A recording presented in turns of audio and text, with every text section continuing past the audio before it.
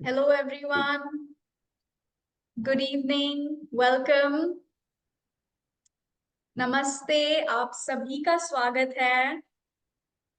नमस्ते, मेरा नाम अनुजा है और मैं एसेट प्लस में पार्टनर ग्रोथ मैनेजर हूँ और मैं आप सभी का स्वागत करना चाहूंगी हमारे आज के सेशन में, जिसका नाम है करोड़पति बनने का फॉर्मूला। सबसे पहले मैं आप सभी को हैप्पी दशहरा भी कहना चाहूंगी। कल ही दशहरा था और आप सब आज हमारे साथ ज्वाइन कर रहे हैं, सो थैंक यू।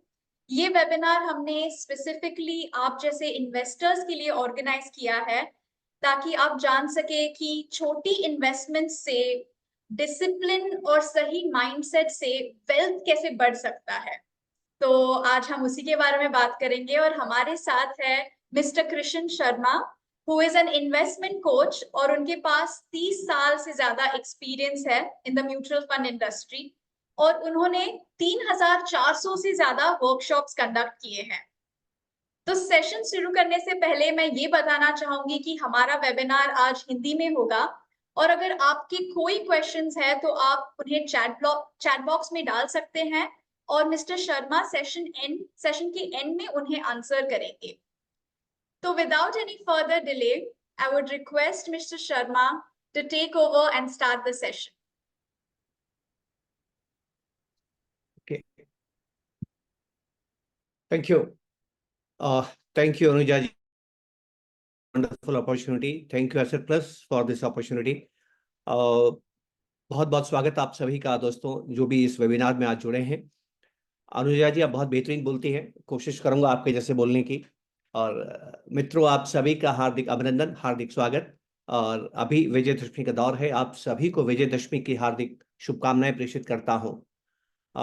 मेरी आवाज सुनाई दे रही है साहब? जी जी, आपकी आवाज सुनाई दे रही है। ओके। मेरे पास कुछ मैसेज आया है, मैं डिक्लाइन कर रहा हूं इसको। It is requesting you to turn on AI comparison features. I don't know what message this is. जी, राइट, उसे डिक्लाइन कर दीजिए, थैंक यू।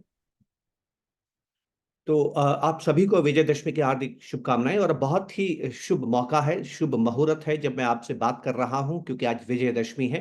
और विजयदशमी हमें इस बात की तरफ इशारा करती है कि इंसान का आचरण कैसा होना चाहिए, इंसान का व्यवहार कैसा होना चाहिए।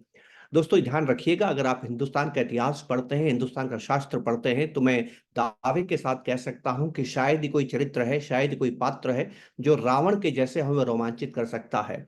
रावण अपने समय का सबसे श्रेष्ठतम व्यक्ति था, वेदों का प्रकांड पंडित था, महान योद्धा था और शक्तिशाली इतना था कि स्वयं त्रिदेव भी उसको युद्ध में हरा नहीं सकते थे।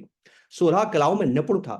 आपने रावण को, महान संगीतज्ञ था, आपने वीणा के साथ रावण को देखा होगा। वो नृत्य सम्राट था, ऐसी कोई कला नहीं है जिसमें वो निपुण नहीं था। उसके पास प्रतिभा की कोई कमी नहीं थी, उस जैसा दुनिया में उस वक्त कोई नहीं था। और वह स्वयं इस बात को समझता था और जानता था। और अक्सर अपनी पत्नी मंदोदरी से कहा करता था, एकोहमस्ति द्वितीयो नास्ति, न भूतो न भविष्यति। मैं एक ही हूं, मेरा जैसा पहले कभी नहीं हुआ, आगे कभी नहीं होगा। इस विश्वास के साथ वो अपने आप को, अपना परिचय लोगों को दिया करता था। अब इतना श्रेष्ठ व्यक्ति, जो कि इतना काबिल व्यक्ति है, इतना प्रकांड ज्ञाता और विद्वान है, वो व्यक्ति जीवन में असफल होता है। असफल क्यों होता है दोस्तों? क्योंकि वो मर्यादित व्यवहार नहीं करता है, वो संतुलित व्यवहार नहीं करता है। और राम के साथ तो खूबसूरत बात यह है कि प्रभु श्री राम को हम केवल प्रभु श्री राम नहीं कहते हैं, उन्हें हम मर्यादा पुरुषोत्तम कहते हैं, पुरुषों में उत्तम, जिन्होंने सदैव मर्यादा का पालन किया। अगर आप निवेश करके धनी बनना चाहते हैं तो बस आपको एक ही काम करना है, और वो ये है कि मर्यादित आचरण करना है, मर्यादित व्यवहार करना है। मुझे नहीं लगता विजयदशमी से बेहतर कोई अवसर हो सकता है जब हम इस बात को समझें। मेरी बात को ध्यान से समझने की कोशिश कीजिएगा। प्रभु श्री राम स्वयं नारायण है। वो क्या नहीं सिखा सकते हैं लक्ष्मण को, वो क्या ज्ञान लक्ष्मण को नहीं दे सकते हैं। पर याद कीजिए, जब रावण अपनी मृत्युशैया पर था तो प्रभु राम लक्ष्मण को कहते हैं कि जाओ रावण से शिक्षा ग्रहण करो। कितनी विचित्र बात है ना? क्या आपके मन में ये विचित्र भाव नहीं आ रहा है कि प्रभु श्री राम को क्या जरूरत थी रावण के पास लक्ष्मण को भेजने की? आप जानते हैं लक्ष्मण के पास, लक्ष्मण को राम ने क्यों भेजा? एक छोटी सी बात समझाने के लिए भेजा कि इतना प्रतिभाशाली होने के बाद भी असफल आप हो सकते हैं अगर आपका आचरण सही नहीं है। असफलता के अनुभव को प्राप्त करने के लिए लक्ष्मण को भेजा था। श्री राम के पास सब सब सब ज्ञान था, पर असफलता का अनुभव नहीं था, वो तो जीवन में असफल कभी नहीं हुए। बस यही बात हमें समझनी है। अगर आपको सफलता सुनिश्चित करनी है तो दूसरे की असफलता से सीखना है। कदाचित इसीलिए लक्ष्मण रावण के पास गए थे। और आज विजयदशमी का अवसर है, मैं भी आपसे यही कहना चाहूंगा कि हमारा है विषय जो है करोड़पति बनने का फॉर्मूला। इसका मतलब यह है कि आप धनी बनना चाहते हैं, आप करोड़पति बनना चाहते हैं, तो आपको करना क्या होगा? आपको सिर्फ ये ध्यान रखना होगा कि आपसे गलत ना हो, आपसे कुछ ऐसी बात ना हो जो आपको असफलता के, के एक दुख भरे महासागर में भेज सकती हो। वॉरेन बफेट मुझे याद आ रहे हैं। वॉरेन बफेट एक खूबसूरत बात कहते हैं। वो कहते हैं, मेरे निवेश निवेश करने के दो नियम है। और ये दो नियम क्या है? पहला नियम है कि नुकसान ना हो, नेवर लूज मनी। और दूसरा नियम है never forget the rule number one. बताइए कितनी खूबसूरत बात है। वो स्टॉक मार्केट निवेशक है, वो शेयर बाजार में निवेश करते हैं जहां भयंकर उठापटक होती है, विचलन होता है। जितने लोगों को आप जानते हैं ज्यादातर उसमें से लॉस करने वाले इन्वेस्टर्स ही आपको आसपास नजर आते होंगे। ऐसे में वो आपसे कहते हैं कि आपको लॉस नहीं होना चाहिए। किस आधार पर वो कहते हैं, आज हम ये समझने की कोशिश करेंगे। और वो कौन सा फॉर्मूला है जो आपको करोड़पति बनाता है? अगर आप बहुत जल्दी, इंस्टेंटली, बहुत शीघ्रता के साथ करोड़पति बनना चाहते हैं, तो मैं इस बात के लिए आपको गारंटी दे सकता हूं कि आज का वेबिनार आपके लिए किसी काम का नहीं है। लेकिन अगर आप जो वॉरेन बफेट ने कही वो बात याद दिलाता हूं कि सभी लोग यहां कामयाब क्यों नहीं होते हैं, तो उनका खूबसूरत जवाब था, nobody wants to get rich slowly. अगर आप धीमे धीमे लेकिन सुनिश्चित धनी बनना चाहते हैं तो जरूर आज का वेबिनार आपके काम का है। और ये आपको वो एक ही फॉर्मूला है, करोड़पति बनने का एक ही फॉर्मूला है। अगर आप पैसे से पैसा बनाना चाहते हैं, एक और मैं आपसे डिस्क्लोजर या डिस्क्लेमर करना चाहता हूं, यहां मैं पैसे कमाने की बात नहीं कर रहा हूं, पैसा कमा के करोड़पति बनने की बात नहीं कर रहा हूं। या पैसा आपने जो कमा के बचाया है, जो उस पैसे को आपने सेव किया है, उससे आप किस तरह से पैसा बना सकते हैं, वो बात करूंगा। मैं आपसे ये बात नहीं करता हूं कि आप बेहतर कैसे कमा सकते हैं, मैं आपसे ये बात करता हूं कि आप पैसा बेहतर कैसे बना सकते हैं। तो इसमें दुविधा क्या है दोस्तों? इसमें दुविधा यह है कि ध्यान से देखिए, अपने जीवन को देखिए, अपने बचपन को देखिए, अपने विद्यालय को याद कीजिए, अपने माता पिता की शिक्षा को याद कीजिए। आप गहन चिंतन के साथ थोड़ा चिंतन करें, आप पाएंगे कि आपके विद्यालय ने, आपके माता पिता ने आपके जो संस्कार दिए हैं, जो तैयारी आपकी की है, जो प्रशिक्षण आपका किया है, जो ट्रेनिंग आपकी की है ना, वो पैसा कमाने के लिए तैयार किया है, आपको पैसा बनाने के लिए तैयार नहीं किया है। हमारे विद्यालय, हमारे माता पिता हमें पैसा कमाने के लिए तैयार करते हैं, हमें सिखाते हैं कि दुनिया का सामना कैसे करना है, हमें वो सिखाते हैं कि प्रतिस्पर्धा का सामना कैसे करना है, हमें वो सिखाते हैं कि विद्यालय में दाखिला कैसे लेना है, अच्छे कॉलेज में दाखिला कैसे लेना है। वो हमें तैयार करते हैं कि नौकरी, जॉब, बिजनेस में हमें कामयाब कैसे होना है।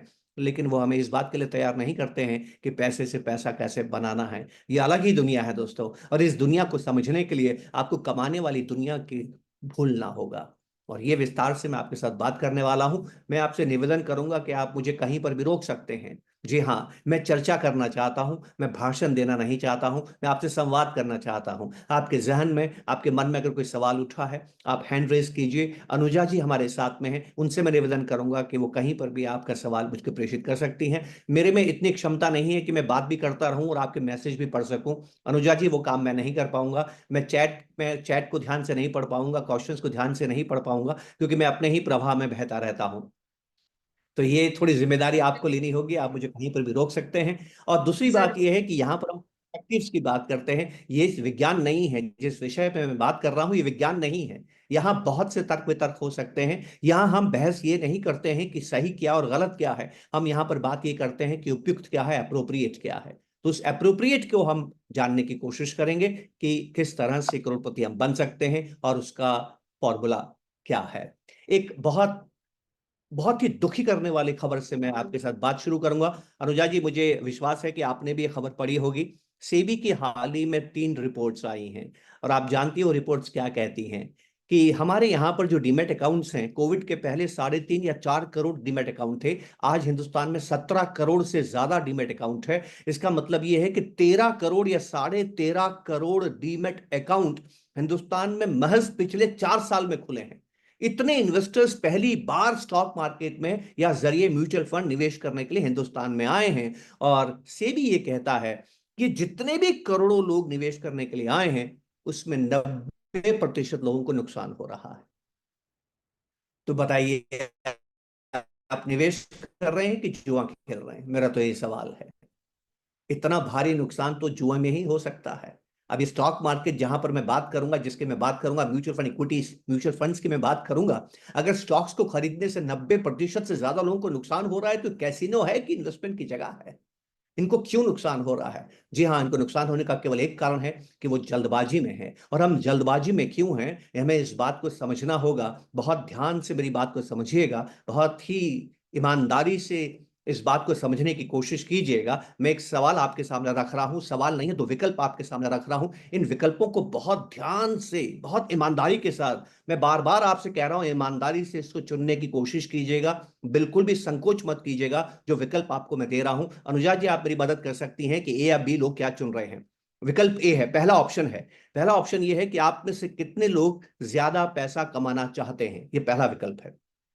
आप में से कितने लोग ज्यादा पैसा कमाना चाहते हैं, first option. The second option, आप में से कितने लोग जिनको आप जानते हैं, जो आपके आसपास जो लोग हैं, जो आपके पड़ोसी हैं, जो आपके रिश्तेदार हैं, जो आपके साथ में काम करने वाले लोग हैं, उनसे ज्यादा कमाना चाहते हैं। इच्छा क्या होती है, ईमानदारी से जवाब दीजिएगा। आप ज्यादा कमाना चाहते हैं कि आप दूसरों से ज्यादा कमाना चाहते हैं? तो क्या जवाब यहाँ है? पे काफी ज्यादा लोग तो ए, ऑप्शन ए चूज कर रहे हैं। हम्म। बट ऐसे भी लोग हैं जो ऑप्शन बी चूज कर रहे हैं, बट यहाँ पे ज्यादा मेजोरिटी तो मुझे ए का ही दिख रहा है। अब अगर आप ये कहते हैं कि मेजोरिटी लोग ऑप्शन ए चुन रहे हैं, तो मैं ये भी मान लूं फिर उन्होंने कभी ये सपना नहीं देखा है, कभी ये चाहत नहीं की है कि उनका बच्चा कक्षा में फर्स्ट आए। इसीलिए मैं कहता हूं, अगर आप निवेशक बनना चाहते हैं तो स्वयं से ईमानदार बनिए। अगर आप स्वयं से ईमानदार नहीं है, मुझसे ईमानदार बनने की जरूरत नहीं है, आपको स्वयं से ईमानदार बनना है। और मैं आपको बिना जाने कौन मेरे से यहां जुड़ा है, मैं बिना जाने, मैं आपको नहीं जानता हूं, कि पृष्ठभूमि नहीं जानता हूं, आपसे कभी मिला नहीं हूं। अगर आप ए चुन रहे हैं तो आप ईमानदार नहीं हैं। आप जानते हैं क्यों? क्योंकि हम इंसान के रूप में 3 लाख सालों से दुनिया में हैं। We are Homo sapiens. होमोसेपियंस के रूप में हम दुनिया में 3 लाख सालों से हैं। पहली बार खेती हमने 8,000 साल पहले की थी। इसका मतलब क्या है कि 2,90,000 साल हम कहाँ रहे हैं, जंगल में रहे हैं। तो जंगल में रहने का मतलब क्या होता है आप जानते हैं? Instant gratification. हम तुरंत अमीर क्यों बनना चाहते हैं, आपको राज बताता हूं। और जब तक ये राज समझ में नहीं आएगा, आप अच्छे इन्वेस्टर नहीं बन सकते। करोड़पति बनने की तो दूर की बात है। करोड़पति बनने के दो ही फॉर्मूले, एक तो बाहर का फॉर्मूला है, लेकिन जो बड़ा फॉर्मूला है, वो बड़ा फॉर्मूला ये है कि क्या मैं स्वयं को पहचानता हूं। Can I answer this question, who am I and what I am doing here? मैं क्या करना चाहता हूं? तो ध्यान से मेरी बात को समझिएगा दोस्तों। जब हमारे पूर्वज जंगल में रहते थे ना, तो फ्यूचर नहीं होता था। क्योंकि जब आप सुबह उठते थे तो ईश्वर को याद करते थे कि मैं जिंदा जिंदा उठ गया, मुझे रात को सांप ने नहीं काटा। और जब दिन भर खाना ढूंढने के बाद रात को सोने के लिए इंसान आता था, तो भगवान को फिर धन्यवाद करता था कि आज रात मुझे शेर ने नहीं पकड़ा, या किसी जानवर ने मुझे नहीं मारा। आप सुबह उठते थे तो रात का सोना निश्चित नहीं होता था, रात को सोते थे तो सुबह उठना निश्चित नहीं होता था। कल होता ही नहीं था, स्वयं तत्क्षण होता था। और इसमें सबसे मजेदार बात यह है कि जब हिरण सुबह उठता था तो अपने आप से वादा करता था कि मैं शेर से तेज भागूंगा, नहीं तो शेर मुझे मार देगा। और जब शेर सुबह उठता है जंगल में, तो अपने आप से वादा करता है कि मैं हिरण से तेज भागूंगा, नहीं तो मैं भूखा मर जाऊंगा। जी हाँ, 3 लाख साल तक हमारे पूर्वज जब जंगल में रहते थे ना, वो जिंदा रहने की कोशिश करते थे। और जिंदा तब रहते थे जब किसी न किसी को हराते थे दोस्तों। जंगल में आप सरवाइव तभी करते हैं जब दूसरे को आउट परफॉर्म करते हैं, दूसरे से बेहतर करते हैं। हमने यही सीखा है। इसलिए हम जब दूसरे से ज्यादा कमाते हैं ना, तो हमें शांति मिलती है। हमें शांति क्यों मिलती है? क्योंकि अगर खतरा आया तो उस पर खतरा ज्यादा आएगा जिस पे संसाधन मेरे पास कम है। अब आप कॉर्पोरेट की दुनिया में चले जाइए, जितने लोग नौकरी छोड़ के जाते हैं ना, वो क्यों नौकरी छोड़ के जाते हैं? क्योंकि उनके बैचमेट को इंक्रीमेंट उनसे ज्यादा मिलता है। और जैसे ही आपके बैचमेट को इंक्रीमेंट आपसे ज्यादा मिलता है, आप नौकरी छोड़ देते हैं। जी हाँ, इंसान ये सहन ही नहीं कर सकता है कि दूसरा उससे ज्यादा कमाए। क्योंकि जैसे ही दूसरा उससे ज्यादा कमाता है ना, उसको खतरा शुरू हो जाता है, उसके मन में खतरा शुरू हो जाता है। मैं इस बहस में नहीं जा रहा हूं कि ये सही है या गलत है। मैं सिर्फ आपसे ये कह रहा हूं कि ऐसी ही दुनिया है, और दुनिया ने हमें यही सिखाया है। मेरे माता पिता ने तो मुझे यही सिखाया था। मेरे माता पिता ने मुझे कभी ये नहीं कहा अच्छे नंबर लाओ। मेरे माता पिता ने कहा इस कॉलेज में एडमिशन चाहिए तो तुम्हें दूसरे से ज्यादा नंबर लाने होंगे, क्योंकि इस कॉलेज में केवल 50 सीटें हैं, और पहले 50 में तुम्हें नंबर नहीं आया तो तुम्हें यहां पर दाखिला नहीं मिलेगा। मैं जब नौकरी करने गया तो मैंने कॉम्पिटिटिव एग्जामिनेशन दिया, मुझसे कहा गया कि तुम्हारे नंबर दूसरों से ज्यादा होंगे तभी तुम्हें नौकरी मिलेगी। और जब मुझे नौकरी मिल गई तो मुझसे कहा गया कि तुम्हें दूसरे से अच्छा काम करना है। अच्छा काम करना तो तय है, अच्छा काम करोगे तभी तनख्वाह मिलेगी, अच्छा काम नहीं करोगे तो नौकरी से निकाल दिया जाएगा, लेकिन प्रमोशन तब मिलेगा जब आप दूसरे से अच्छा काम करोगे। दिन रात तो हम यही करते हैं, हमने यही सीखा है कि हमें सरवाइव करना है तो दूसरे से अच्छा करना है। इसमें कुछ भी गलत नहीं है, ये सरवाइव करने की पहली शर्त है। तो इसमें चुनौती क्या है? इसमें चुनौती यह है कि ये पैसा कमाने का नियम है दोस्तों, ये पैसा बनाने का नियम नहीं है। अगर आप घर से बाहर पैसा कमाने निकले हैं तो आपको दूसरे से अच्छा करना है, लेकिन अगर आप पैसा बनाने इन्वेस्टमेंट की दुनिया में आए हैं तो आपको खुद को अच्छा करना है। और बहुत विस्तार से मैं इसके बारे में बात करूंगा, उस फॉर्मूले के बारे में बात करूंगा जो आपको धनी बनाता है। ये इतने सारे लोग 90% लोग से भी आपको दिखा रहे हैं, इनको नुकसान क्यों हुआ? क्योंकि ये जल्दी में थे, ये अभी भी जंगल को भूल नहीं पाए हैं, इनको अभी भी जल्दी चाहिए, इनको डर लगता है कि जल्दी नहीं हुआ तो जिंदगी के सपने पूरे नहीं होंगे। ये फ्यूचर की प्लानिंग नहीं कर रहे हैं, ये वर्तमान की प्लानिंग कर रहे हैं, ये आज जिंदा रहना चाहते हैं, ये कल को संवारना नहीं चाहते हैं। और जब आप ऐसा करते हैं तो आपके सामने इस तरह का मंजर नजर आता है कि जहां पर बेइंतहा दौलत बनती है। इस बाजार में कितनी दौलत बनी मैं आपको बताऊं, आज से 40 साल पहले जो बीएससी शुरू हुआ था वो 100 से शुरू हुआ था, 800 पार कर गया है। यहां 800 गुना पैसा 40 साल में हुआ है। उस जगह जहां इतनी बेनतहा दौलत बनती है वहां 90% लोगों को नुकसान होता है। क्या आश्चर्य की बात नहीं है? इस बाजार को, इस निवेश को हमने जुआ बना के रख दिया है। आइए इस बात को हम समझेंगे और यहीं से उस बात को हम उस मंत्र को, उस राज को जानने की कोशिश करेंगे। What creates money? अगर आप धनी बनना चाहते हैं, अगर आप करोड़पति बनना चाहते हैं, अगर आप पैसे से पैसा बनाना चाहते हैं, आप कहीं पर भी पैसा बना सकते हैं। आप जमीन में निवेश करके पैसा बना सकते हैं, आप डिवेंचर्स बॉन्ड्स में आप पैसा बना सकते हैं, आप सोना खरीद के पैसा बना सकते हैं, आप बिजनेस खरीद के पैसा बना सकते हैं। इन चारों में म्यूचुअल फंड निवेश करता है, म्यूचुअल फंड में निवेश करके आप पैसा बना सकते हैं। म्यूचुअल फंड एसेट नहीं है, पर म्यूचुअल फंड इन चारों एसेट्स में पैसा जमा करता है। लेकिन अद्भुत बात यह है कि अगर आप पैसा बनाना चाहते हैं तो जितना पैसा बिजनेस में बनता है उतना कहीं नहीं बनता है। और इक्विटी जो है वो बिजनेस का मालिकाना हक होती है। ये हिंदुस्तान का पिछले 40 साल का इतिहास आपको दिखा रहा हूं, सबसे ज्यादा पैसा स्टॉक मार्केट पे बना है। आप मुझसे सवाल पूछ सकते हैं कि हम 2024 में हैं और आप 2020 का नक्शा क्यों दिखा रहे हैं? मैं 2020 का नक्शा इसलिए दिखा रहा हूं, 2020 की तारीख में आपको इसलिए दिखा रहा हूं कि 2020 31 मार्च को क्या हुआ था। 35% बाजार 7 दिनों में गिर गया था। 2024 मार्च मार्च 2020 24 मार्च 2020 को जितना बाजार था, अगले 7 दिनों में 35% sharp fall was there in the market. Market 35% से गिर के 8,500 के आसपास निफ्टी आ गया था, 25,000 के आसपास सेंसेक्स आ गया था।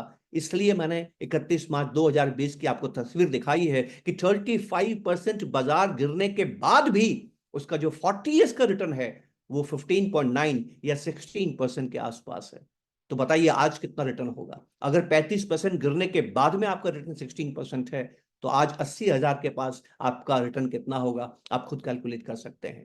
तो अगर आप करोड़पति बनना चाहते हैं तो एक बात तो आपको स्वीकार करनी होगी कि आपको स्टॉक मार्केट के जरिए बिजनेस का मालिकाना हक लेके इक्विटी में निवेश करके ही आप धनी बन सकते हैं।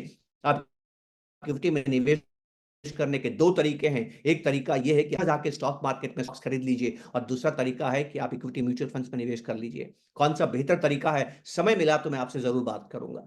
लेकिन आज बात ये नहीं है कि कौन सा बेहतर है। We are not talking here direct versus equity, how to become a करोड़पति। और उसके लिए मैं म्यूचुअल फंड्स का जो मार्ग है उसके के ऊपर आपसे बात करने की कोशिश करूंगा। आप सदैव सत्य रहने वाली बात क्या है, किसी भी देश में चले जाइए, किसी भी अर्थव्यवस्था में चले जाइए, किसी भी कालखंड में बने जाइए, सर्वाधिक पैसा बिजनेस में बनता है। और जो बिजनेस का मालिक होता है वो सर्वाधिक पैसा बनाता है, और वो पैसा तभी बनाता है जब वो धीमे धीमे पैसा बनाने की कोशिश करता है।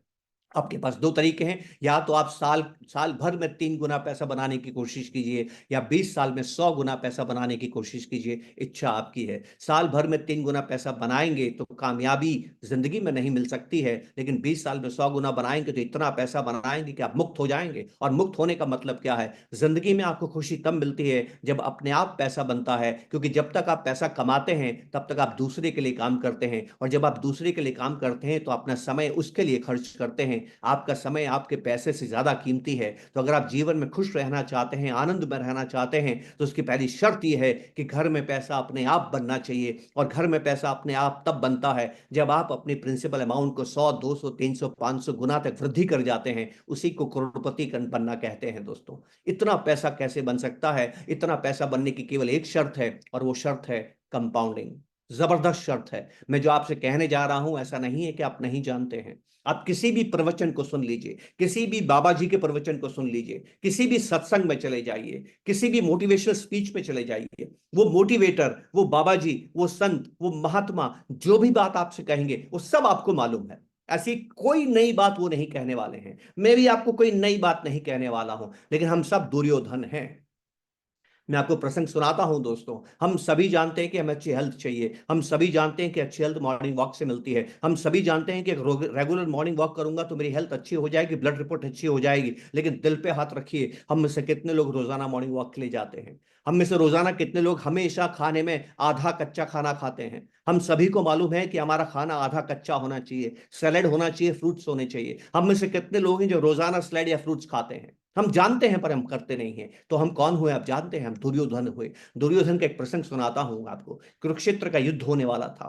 युद्ध होने से ठीक पहले भगवान श्री कृष्ण दुर्योधन के दरबार में जाते हैं, धृतराष्ट्र के दरबार में जाते हैं, अपनी आखिरी कोशिश करते हैं कि युद्ध नहीं होना चाहिए, क्योंकि युद्ध होगा तो विनाश होगा। और वो एक पेशकश लेके जाते हैं, एक प्रपोजल लेके जाते हैं, और प्रपोजल ये होता है कि अगर आप पांडवों को 5 गांव दे देंगे तो 5 गांव के रेवेन्यू के सहारे वो अपना शेष जीवन व्यतीत कर लेंगे, और पांडव आपसे युद्ध नहीं करेंगे। पांडव आपसे हस्तिनापुर नहीं मांगते हैं। पांडव आपसे हस्तिनापुर का राज भी नहीं मांगते हैं। पांडव आपसे कुछ भी नहीं मांगते हैं, धन दौलत भी नहीं मांग रहे हैं। पांडव सिर्फ ये कह रहे हैं कि आप पांडवों को 5 गांव दे दीजिए, 5 गांव के सहारे वो अपना शेष जीवन व्यतीत कर लीजिए। दुर्योधन वो भी देने से मना कर देता है, और अपने सिपाहियों को आदेश देता है, कृष्ण को बंदी बना लो। और जब सिपाही कृष्ण को बंदी बनाने जाते हैं तो उनको समझ में आता है कि कृष्ण कौन है। महाभारत में केवल 2 ही लोग हैं जिनको भगवान कृष्ण अपना विराट रूप दिखाते हैं। ये 2 लोग कौन हैं? अर्जुन और दुर्योधन। उस अर्जुन को के बाद अगर किसी को विराट रूप दिखाया है तो वो दुर्योधन है। और जैसे ही दुर्योधन को समझ में आता है कि मैं हरि को बांधने चला, जो हरि है, जो नारायण है, मैंने उनके प्रति अपराध कर दिया है, मैं उनको बांधने चला था, जैसे ही उसके समझ में आता है, आप जानते हैं दुर्योधन क्या करता है? दुर्योधन कृष्ण के पैरों में गिर जाता है और कहता है कि मुझ पर क्रोध ना करें। मैं क्रोध का पात्र नहीं हूं, मैं गुस्से का पात्र नहीं हूं, मैं दया का पात्र हूं। देखिए कितनी खूबसूरत बात कहता है। वो कहता है कि मैं गुस्से का पात्र नहीं हूं, मैं आपके क्रोध का पात्र नहीं हूं, मैं आपकी दया, आपकी कृपा का पात्र हूं। कृष्ण पूछते हैं ऐसा क्यों? तो दुर्योधन कहता है ऐसा इसलिए कि मैं जानता हूं कि सही क्या है, मैं जानता हूं कि अधर्म क्या है, मैं जानता हूं कि गलत क्या है। ऐसा नहीं है कि मैं नहीं जानता हूं कि सही क्या है, गलत क्या है, धर्म क्या है, धर्म क्या है। मैं जानता हूं कि सही क्या है, मैं जानता हूं कि गलत क्या है, लेकिन ये जानते हुए भी कि सही क्या है, मेरे से सही होता नहीं है, मेरे से गलत ही होता है। तो हम में से कौन नहीं जानता है कि अच्छी हेल्थ के लिए क्या खाना पीना चाहिए? हम में से कौन नहीं जानता है कि अच्छी हेल्थ के लिए रोजाना वर्जिश करनी चाहिए? हम में से कौन नहीं जानता है कि अच्छी हेल्थ के लिए रोजाना मॉर्निंग वॉक जाना चाहिए? इसी तरह से हम में से कौन नहीं जानता है कि 100 गुना पैसा, 200 गुना पैसा, 500 गुना पैसा तभी बनता है जब कंपाउंडिंग होती है। बिना कंपाउंडिंग दुनिया में किसी ने भी पैसा नहीं बनाया, चाहे वॉरेन बफेट हो, चाहे राकेश झुंझुनवाला हो, कोई भी हो। उन्होंने स्टॉक को पकड़ के पैसा नहीं बनाया है, उन्होंने स्टॉक को पकड़ के रख के पैसा बनाया। उन्होंने कभी प्रॉफिट को बुक नहीं किया है। वो सालों साल, दशकों तक निवेशित रहे हैं, तब जाके उन्होंने पैसा बनाया है। इसको कंपाउंडिंग कहते हैं। और जब तक कंपाउंडिंग समझ में नहीं आएगी ना दोस्तों, तो कुछ समझ में नहीं आएगा। ये सारी चर्चा बेकार है। जब तक आप कंपाउंडिंग को स्वीकार नहीं करेंगे, तब तक आप जीवन में मुक्त नहीं होंगे, तब तक आप आसानी से करोड़पति नहीं होंगे। मुश्किल क्या है कि आपने कहा था कि हम दूसरों से ज्यादा नहीं कमाना चाहते हैं, तो रिटर्न के पीछे क्यों भाग रहे हैं? आप क्यों भाग रहे हैं कि मुझे सबसे ज्यादा रिटर्न मिले? आप शिखर पे पहुंचना चाहते हैं। याद रखिएगा, शिखर पे स्थान एक ही व्यक्ति का होता है। ये जितने लोग इस मीटिंग में है, 500 600 लोग आएंगे, अनुजा जी ने मेरे को बोला है। ये 500 दोस्त मेरे जितने भी यहां पर आए हैं, 500 के 500 शिखर पर आ ही नहीं सकते। अगर हम 500 कोशिश करेंगे तो एक ही शिखर पर जाएगा। लेकिन हमको तो सबको कामयाब होना है। आप शिखर क्यों चाहते हैं? आप अपना शिखर बनाइए, आप गजानन बनिए। गजानन की खास बात क्या है? वो दुनिया की परिक्रमा नहीं करते हैं, वो अपने परिवार की परिक्रमा करते हैं, अपने माता पिता की परिक्रमा करते हैं। और गजानन गणेश में संदेश देते हैं कि आपको दूसरे से प्रतिस्पर्धा नहीं करनी, आपको अपने सपने पूरे करने हैं। और आपको अपने सपने पूरे करने के लिए जो आपके पास में माध्यम है वो कंपाउंडिंग है। कितनी खूबसूरत है। मैं आपको एक ऐसी चीज कहने जा रहा हूं, आप यकीन नहीं करेंगे कंपाउंडिंग की ताकत क्या होती है। ध्यान से देखिएगा, ध्यान से समझिएगा जो मैं आपसे इस वक्त कहने जा रहा हूं, बहुत ध्यान से। आप 7 साल के लिए एक एसआईपी करते हैं, आपको केवल 10% का रिटर्न मिलता है। हिंदुस्तान की जीडीपी 12% से बढ़ रही है, मैं 12% की बात नहीं करता हूं, मैं केवल 10% की बात करता हूं। आप 7 साल के लिए निवेश करते हैं, हर महीने 10,000 रुपए का निवेश करते हैं, आपको केवल 10%, स्टॉक मार्केट ने 15-16% का रिटर्न 40 सालों में दिया, मैं वो बात नहीं कर रहा हूं, मैं केवल 10% की बात कर रहा हूं। आप 10% से आपको रिटर्न मिलता है। आपने 7 सालों के अंदर 84 महीने होते हैं, 84 महीनों के अंदर 8,40,000 रुपए जमा किए हैं। ये 8,40,000 रुपए मिलके बढ़कर 12,000 रुपए हो जाएंगे। ध्यान से मेरी बात समझिएगा, ये 12,000 रुपए हो जाएंगे। ठीक है। अब आप एक और दूसरी एसआईपी 10,000 रुपए की शुरू कीजिए, इसके साथ ही शुरू कीजिए।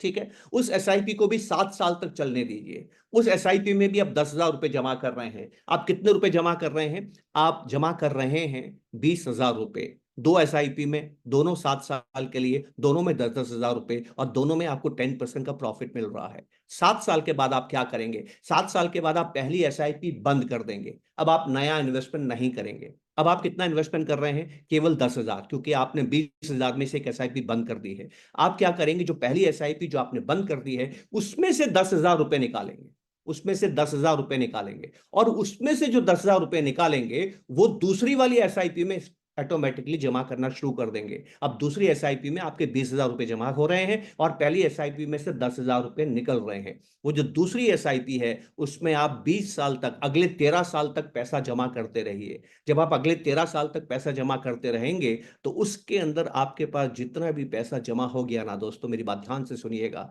20 साल के बाद उस एसआईपी में से आप 1 लाख रुपया, इसमें 50,000 दिखा रहा हूं क्योंकि आपने डबल कर दिया है, 1 लाख रुपया हर महीने निकाल सकते हैं, ताज जिंदगी निकाल सकते हैं, ताज जिंदगी निकाल सकते हैं। और 20 महीने, 20 साल के बाद आपके पास जो बैलेंस होगा वो 2.5 करोड़ के आसपास बैलेंस भी मेंटेन रहेगा। आपका बैलेंस भी मेंटेन रहेगा और 8 लाख रुपया आप ताज जिंदगी निकाल सकते हैं। जबकि आपने घर से, जेब से कितना पैसा डाला है? केवल 10-20 हजार रुपया पहले 7 साल तक। उसके बाद आपने पैसा अपने जेब से डाला नहीं है। वो कहां से डाला है? वो आपने डाला है पहली वाली एसआईपी से। बात समझ में आई आपको? कंपाउंडिंग की ताकत। अब इस कंपाउंडिंग की ताकत मैं बढ़ा देता हूं। कंपाउंडिंग एक घोड़े पे, आपका जो सिस्टमेटिक इन्वेस्टमेंट है, जो हर महीने आप इन्वेस्टमेंट कर रहे हैं ना, ये घोड़ा है दोस्तों। ये एक ऐसे घोड़े पे सवार है जिसको आप कंपाउंडिंग कहते हैं, और ये हवा से बातें करता है।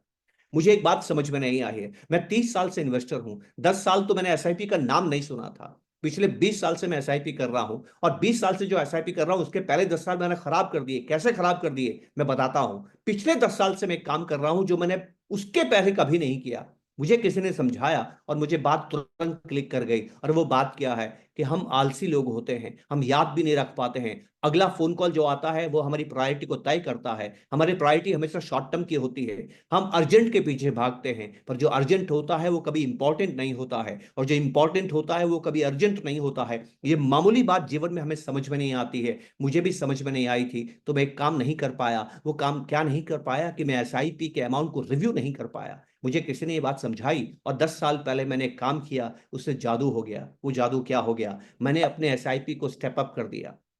इससे बढ़िया फॉर्मूला पैसा बनाने का दोस्तों आपके पास में नहीं हो सकता है। स्टेप अप का मतलब क्या होता है कि अगर मैंने 10,000 रुपए की एसआईपी शुरू की है तो ऑटोमेटिकली 1 साल के बाद वो 10% से अमाउंट बढ़ जाएगा, और मेरी एसआईपी अब 10,000 रुपए जमा नहीं होगी, 11,000 रुपए जमा होगी। अगर मैं 11,000 रुपए की एसआईपी करता हूं 20 साल के लिए, अगर मैं बिना स्टेप स्टेप अप की एसआईपी करता हूं और उसके बाद में 10% की स्टेप अप एसआईपी कर देता हूं, तो मेरा पैसा करीब करीब पौने 2 गुना बढ़ जाता है। और जो 1 लाख रुपया हर महीने निकाल रहा था ना दोस्तों, उसकी जगह मैं 2 लाख रुपए हर महीने ताजिंदगी निकाल सकता हूं, और उसके बाद भी मेरे अकाउंट में बैलेंस बढ़ता चला जाएगा। ये वेबिनार है, मुझे बहुत सी बातें करनी है। ये टेबल डिटेल में मैं आपको नहीं समझा सकता हूं। टेबल कोई भी आपका वित्तीय सलाहकार आपको बना के दे सकता है, लेकिन ये टेबल मैंने आपको दिखाई क्यों है? सिर्फ ये दिखाने के लिए कि कुछ वक्त के लिए लिए आपको इंतजार करना है। अगर आप 50,000 रुपए की एसआईपी करते हैं और 10% से स्टेप अप कर देते हैं, 12% से हिंदुस्तान की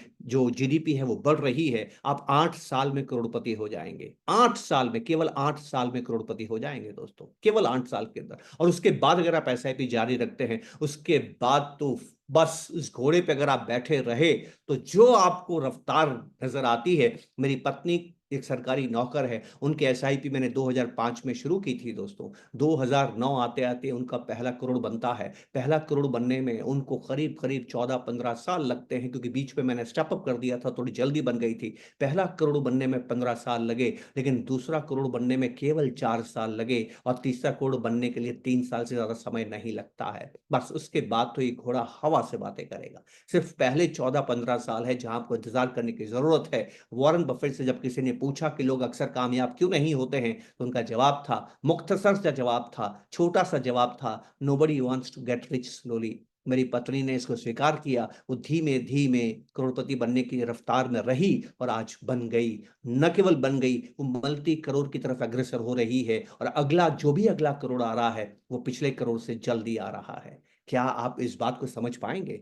आसानी से नहीं समझ पाएंगे दोस्तों, क्योंकि जो कंपाउंडिंग है ना, ये समझ में नहीं आती है। आइए समझते हैं कि ये समझ में क्यों नहीं आती है। इसका रीजन क्या है? जो कंपाउंडिंग है दोस्तों, वो लीनियर नहीं है, ये एक्सपोनेंशियल है। अगर मैं आपसे कहूंगा 2 + 2 कितना होता है, आप मुझे बोलेंगे 4। मैं बोलूंगा जमा 2 कितना होता है, आप बोलेंगे 6। मैं बोलूंगा जमा 2 कितना होता है, आप बोलेंगे 8। मैं बोलूंगा जमा 2 कितना होता है, आप कहेंगे 10। मैं कहूंगा जमा 2 कितना होता है, आप कहेंगे 12। आप मुझे जवाब देते चले जाएंगे, कहीं पर भी नहीं रुकेंगे।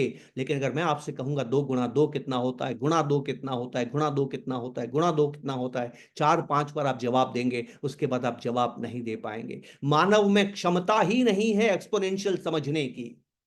मानव लीनियर है, वो कभी एक्सपोनेंशियल समझ नहीं सकता है। तो कंपाउंडिंग कितना ही आपको समझा दे दुनिया, वो कंफाउंडिंग है। Compounding is confounding. आसानी से ये बात समझ में नहीं आती। दुनिया को जब ये बात समझ में नहीं आती है ना, तो दुनिया गलती करती है। दुनिया गलती करती है कि ये इस व्यक्ति ने जो पैसा बनाया है ना, इसमें कोई बड़ा राज की बात है। कोई राज की बात नहीं है। वॉरेन बफेट ने पैसा बनाया, कोई राज की बात नहीं है। 2000 किताबें लिखी गई हैं समझाने के लिए कि वॉरेन बफेट ने कैसा पैसा बनाया। मैं आपसे एक बात कहने जा रहा हूं, हंसिएगा मत जो मैं कहने जा रहा हूं। वॉरेन बफेट ने इसलिए पैसा नहीं बनाया कि उन्होंने शेयर्स खरीदे हैं। वॉरेन बफेट ने इसलिए पैसा बनाया कि उन्होंने शेयर्स खरीद के रखे, बेचे नहीं हैं। उन्होंने कंपाउंडिंग किया है। आप जानते हैं उनकी 93, अब 94 साल की उम्र हो गई उनकी, 94 ईयर्स। अभी पिछले हफ्ते ही, पिछले 2 सप्ताह पहले वो 94 ईयर्स के हो गए हैं। 50 साल की उम्र में उनके पास जो दौलत थी ना, वो कितनी थी?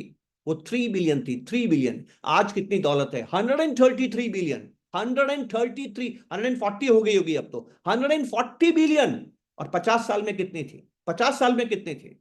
3 बिलियन। आपके सामने लिखा है, by 2019 Buffett's net worth was 84.5 billion. Out of that, 84.2 billion was accumulated after his 50th birthday. जब वो 50 साल के हुए थे, उनको कोई जानता भी नहीं था। आप उनको कब जानने लगे? जब वो 80 साल के हो गए। उसके पहले तो आप उनको नहीं जानते थे। तो खूबसूरत बात जो मैं कहना चाहता हूं, बहुत सिंपल सी बात है दोस्तों, कि आपको ये काउंटर इंट्यूटिव है, आसानी से दिमाग में घुसेगा नहीं जो मैं कह रहा हूं। नहीं घुसता है, क्योंकि एक्सपोनेंशियल है। ये सिर्फ आपसे एक बात मानता है, दुनिया में कुछ भी हो जाए आपको चिंता नहीं करनी है। पर दुनिया है कि आपको चिंता कराती है। आपकी एसआईपी चल रही है, आप अच्छी एसआईपी शुरू कर रहे हैं, पर आप टीवी देखने बैठ जाएंगे और टीवी वाला 2.5% बाजार गिरता है एक दिन, 2.5% बाजार गिरता है, और टीवी वाला प्रोग्राम चलाता है, बाजार लहूलुहान, blood bath in the market, चारों ओर गिरावट का शोर।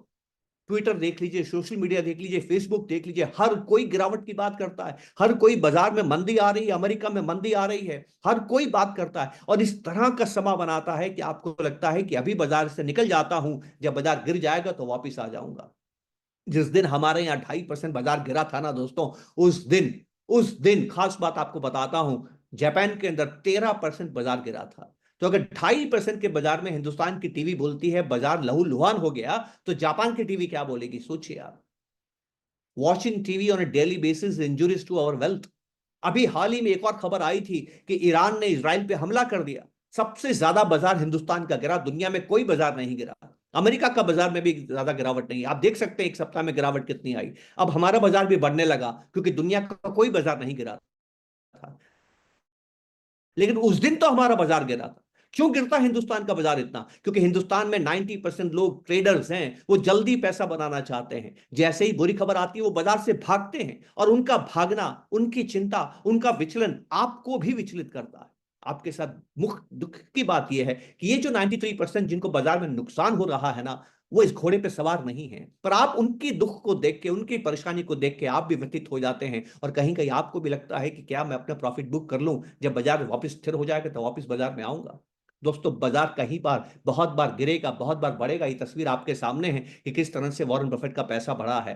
60 साल की उम्र तक 59 पार कर गए। 60 साल की उम्र तक उनके पास $4 बिलियन थे, $4 बिलियन थे। और 93 की उम्र आते आते, मतलब और 30 साल के अंदर ये 4 बिलियन बढ़ के 133 बिलियन हो गए। ये सिर्फ कंपाउंडिंग है दोस्तों, और कुछ नहीं है। Only compounding. शेयर्स खरीदने से धनी नहीं बने हैं, शेयर्स खरीद के अपने पास रखने से ये धनी बने हैं। और आपको तो वो चिंता करने की भी जरूरत नहीं, इनको चिंता करनी पड़ती है कौन सा शेयर खरीदूं, कौन सा शेयर नहीं खरीदूं। आप तो इक्विटी म्यूचुअल फंड के इन्वेस्टर्स, आपको तो वो चिंता करने की भी जरूरत नहीं है कि कौन सा शेयर खरीदूं और कौन सा शेयर नहीं खरीदूं। आपको तो एक अच्छा स्कीम पकड़नी है, एक अच्छी डाइवर्सिफाइड, वेल डाइवर्सिफाइड स्कीम खरीदनी है, और उसमें आपको निवेश करना है। डाइवर्सिफाइड क्यों खरीदनी है, उसका कारण क्या है, हम उस कारण को दोस्तों समझने की कोशिश करेंगे, विस्तार से हम समझने की कोशिश करेंगे। तो पुनः मैं आपको बताता हूं फॉर्मूला क्या है। फॉर्मूला सिर्फ एक ही है, वो है लंबे समय तक आपको निवेशित रहना है, इस बढ़ते बाजार में निवेशित रहना है। हिंदुस्तान का बाजार बढ़ता रहेगा जब तक आपका खर्चा बढ़ता रहेगा। एक सवाल मैं आपसे पूछूंगा, ईमानदारी से जवाब दीजिएगा। आपके और आपके परिवार के खर्चे आने वाले सालों में बढ़ेंगे कि कम होंगे? हृदय से, मन से क्या आवाज आती है? अगर आपके दिल से, आपके हृदय से आवाज आती है कि आपके और आपके परिवार के खर्चे बढ़ते रहेंगे, तो आपको डरने की जरूरत नहीं है, क्योंकि इसी को इकोनॉमिक्स कहते हैं दोस्तों। इकोनॉमिक्स में आपका जो खर्चा है वही दूसरे की आमदनी है, आपका जो खर्चा है वही व्यापारी की आमदनी है। अगर आपको यह लगता है कि आने वाले सालों में आपके खर्चे बढ़ते रहेंगे, तो आपको यह भी मानना पड़ेगा कि हिंदुस्तान के व्यापारी की आमदनी बढ़ती रहेगी। और अगर आप ये मानते हैं कि हिंदुस्तान के व्यापारी की आमदनी जो आपके खर्चों पर निर्भर करती है, अगर वो बढ़ती रहेगी, तो बाजार भी बढ़ता रहेगा। इसमें ज्यादा चिंता करने की जरूरत नहीं है। मैं आपको एक बधाई की बात कहता हूं कि आप दुनिया के सबसे भाग्यशाली व्यक्ति, निवेशक हैं इस वक्त, क्योंकि आप एक ऐसे देश में निवेश कर रहे हैं जो दुनिया में सबसे ज्यादा तेजी से बढ़ रहा है। मतलब हमारे खर्चे दुनिया में सबसे ज्यादा तेज गति से बढ़ रहे हैं। तो आपके पास ऐसा वातावरण है, इस वातावरण में तो आपको घबराने की जरूरत नहीं है। पर दिक्कत क्या है दोस्तों, आप एक ऐसे बाजार में निवेश कर रहे हैं जहां पर इस तरह की उठापटक होती है। देखिए, आपके सामने तस्वीर है, मेरी बात को गौर से सुनिएगा। 2.5% बाजार गिरने पर blood bath in the market, बाजार लहूलुहान। 15 लाख करोड़ का नुकसान, 25 लाख करोड़ का नुकसान, यूट्यूब और टीवी चिल्ला चिल्ला के बोलती है। सिर्फ 2.5% गिरावट में इस बाजार को याद रखिएगा इतिहास में कैसे कैसी गिरावट आई है। 1992-93 में 50% से ज्यादा गिरावट आई थी। 2008 के अंदर 53% की गिरावट आई थी। 2020 के अंदर 35% की गिरावट आई थी। ये अजीब सा बाजार है, किसी साल 90% की आपको प्रॉफिट देता है तो किसी साल 50% का घाटा देता है। और बताइए, दुनिया में कौन जानता है कि ऐसी गिरावट दोबारा नहीं आ सकती है? और ऐसी गिरावट आ गई तो टीवी क्या कहेगा? फिर ब्लड बाथ बोलेगा कि क्या बोलेगा? 2.5% में अगर वो ब्लड बाथ बोलता है, तो 25% में क्या बोलेगा? 10% में क्या बोलेगा? 15% की गिरावट पे क्या बोलेगा? क्या हमें इस तरह से घबराना होगा? हरगिज नहीं। ये बाजार का चरित्र है, बाजार की प्रकृति है, ऐसा इतिहास में होता रहा है, आगे भी होता रहेगा। ये जो बाजार गिर रहा है, बुल्स एंड बियर्स, बढ़ना और गिरना, ये बाजार का इंसेपरेबल पार्ट है। हमेशा रहेगा, हमेशा रहा है, आगे भी रहेगा। अगर कोई गिरावट अभी आ जाती है तो ये पहली गिरावट नहीं है, ऐसी गिरावट इतिहास में भी हुई है, और ये आखिरी गिरावट नहीं है, ऐसी गिरावट आगे भी होती रहेगी। जब आप इक्विटी म्यूचुअल फंड के जरिए निवेश करते हैं तो आप दो बातों का प्रबंध करते हैं। पहली बात का प्रबंध ये करते हैं कि मैं करोड़ों बनाऊंगा, लेकिन इस करोड़ों को बनाने के रास्ते में बहुत बार बाजार नीचे भी गिरेगा। तो जब बाजार नीचे गिरेगा तो मुझे क्या ध्यान रखना है, बस उसी के लिए आपको तैयारी भी करनी है। तो आपको बाजार बढ़ने के लिए निवेश करना है, और बाजार जब गिर जाता है उसके लिए तैयारी करनी है। इसको हम एसेट एलोकेशन कहते हैं, बैलेंस पोर्टफोलियो का निर्माण करते हैं। जब आप बैलेंस पोर्टफोलियो का निर्माण करते हैं, एसेट एलोकेशन करते हुए, तब ये बाजार आपको निराश नहीं करता है। अगर बाजार के ऊपर नीचे होने से आप चिंतित हो रहे हैं, समझ जाइए आपने गलत निवेश किया है। दोबारा बोलता हूं, अगर बाजार के ऊपर नीचे जाने से आप चिंतित हो रहे हैं, तो आपने गलत निवेश किया है।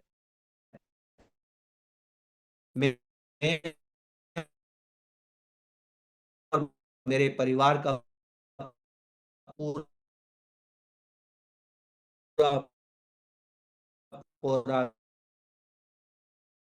पूरा पैसा म्यूचुअल बहुत बड़ा है। शर्मा जी, आपका यकीन मानिए। आवाज, सॉरी, आपका वॉइस ब्रेक हो गया था लास्ट 5 सेकेंड्स में। आप प्लीज वापस रिपीट कर सकते हैं? हजार से I think there is a small internet issue. इसको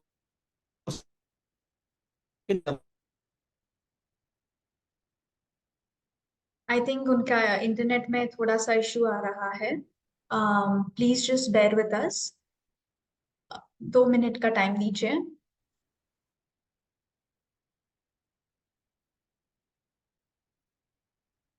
I think.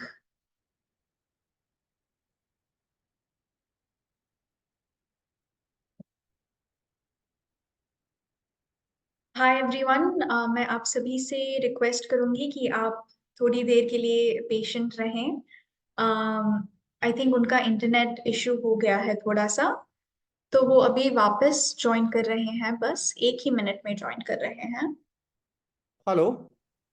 Ji Sharma ji, I think आपका इंटरनेट का थोड़ा सा इशू हो गया था। Is it okay now? Yes yes. Can you अभी सी द ठीक। Slides? Can you see the slides? Okay, right.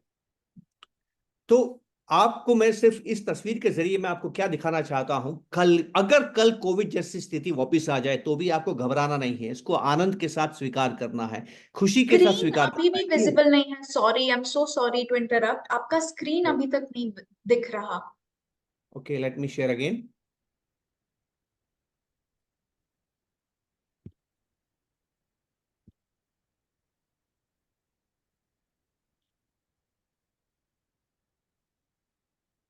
जी अभी दिख रहा है, अभी दिख रहा है। Now, yes. तो इस तस्वीर को आप अपने, आप चाहें तो इस तरह की फोटो अपने ड्राइंग रूम में, लिविंग रूम में, बेडरूम में, कहीं पर भी आप टांग दीजिए और हमेशा एक बात को चिंतन कीजिए, जैसे हम हरि वंदन करते हैं, हरि हरि ईश्वर को याद करते रहते हैं, उसी तरह से आप इस बात को हमेशा याद रखिए कि जिस जगह पे आपने निवेश किया है उस बाजार में कभी भी गिरावट आ सकती है, और जो गिरावट है वो आपके लिए बेहतर है, आपको नुकसान नहीं पहुंचाएगी। क्यों नुकसान नहीं पहुंचाएगी, आइए हम उसको विस्तार से बात करेंगे, और आपको कैसे फायदा पहुंचाती है ये भी मैं आपसे बताने की कोशिश करूंगा।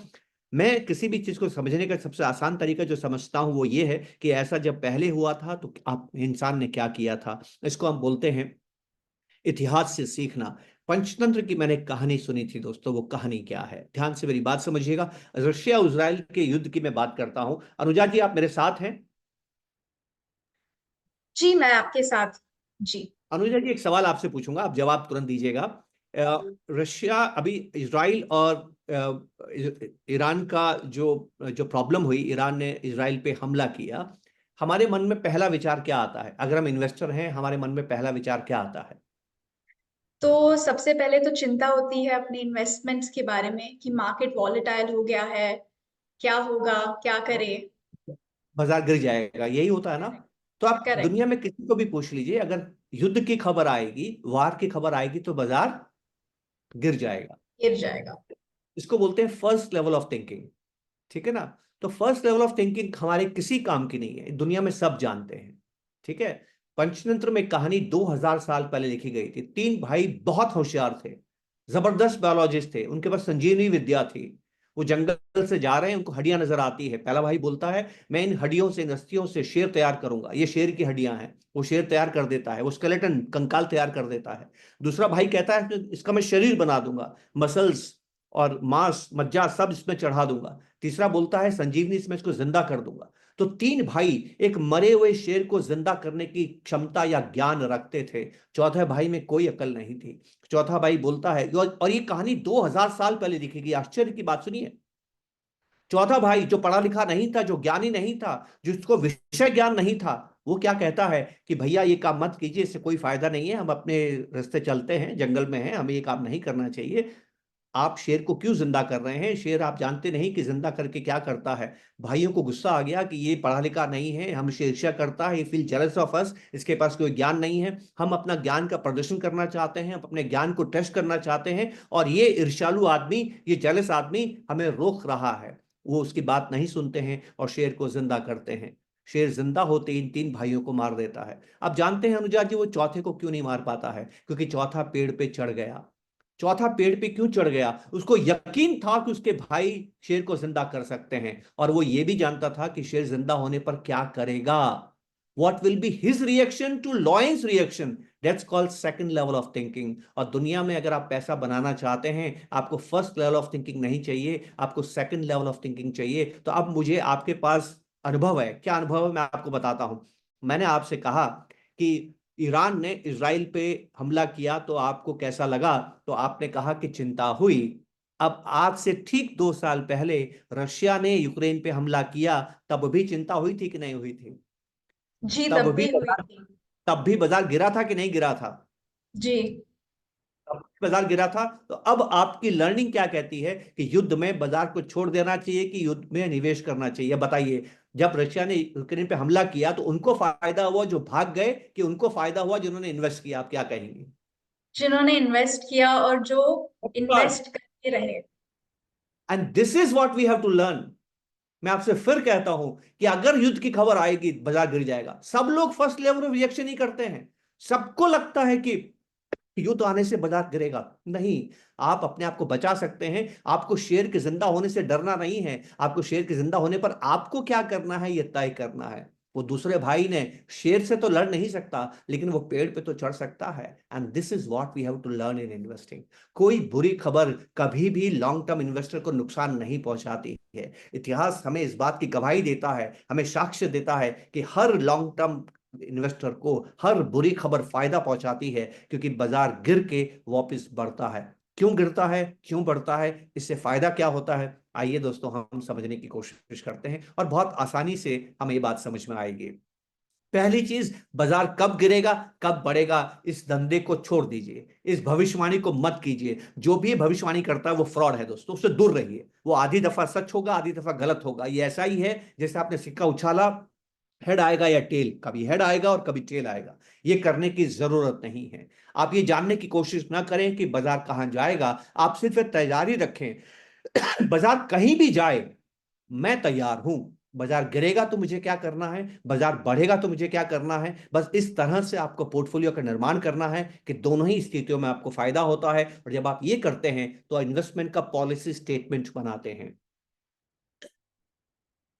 ये जो मैं आपको तस्वीर दिखा रहा हूं, मेरी पूरी बातचीत में जितनी स्लाइड्स आपके सामने आई है, उसमें सबसे महत्वपूर्ण स्लाइड ये है। इसको बोलते हैं संविधान। जब हमने अपना देश बनाया था ना, तो सबसे पहले संविधान लिखा था।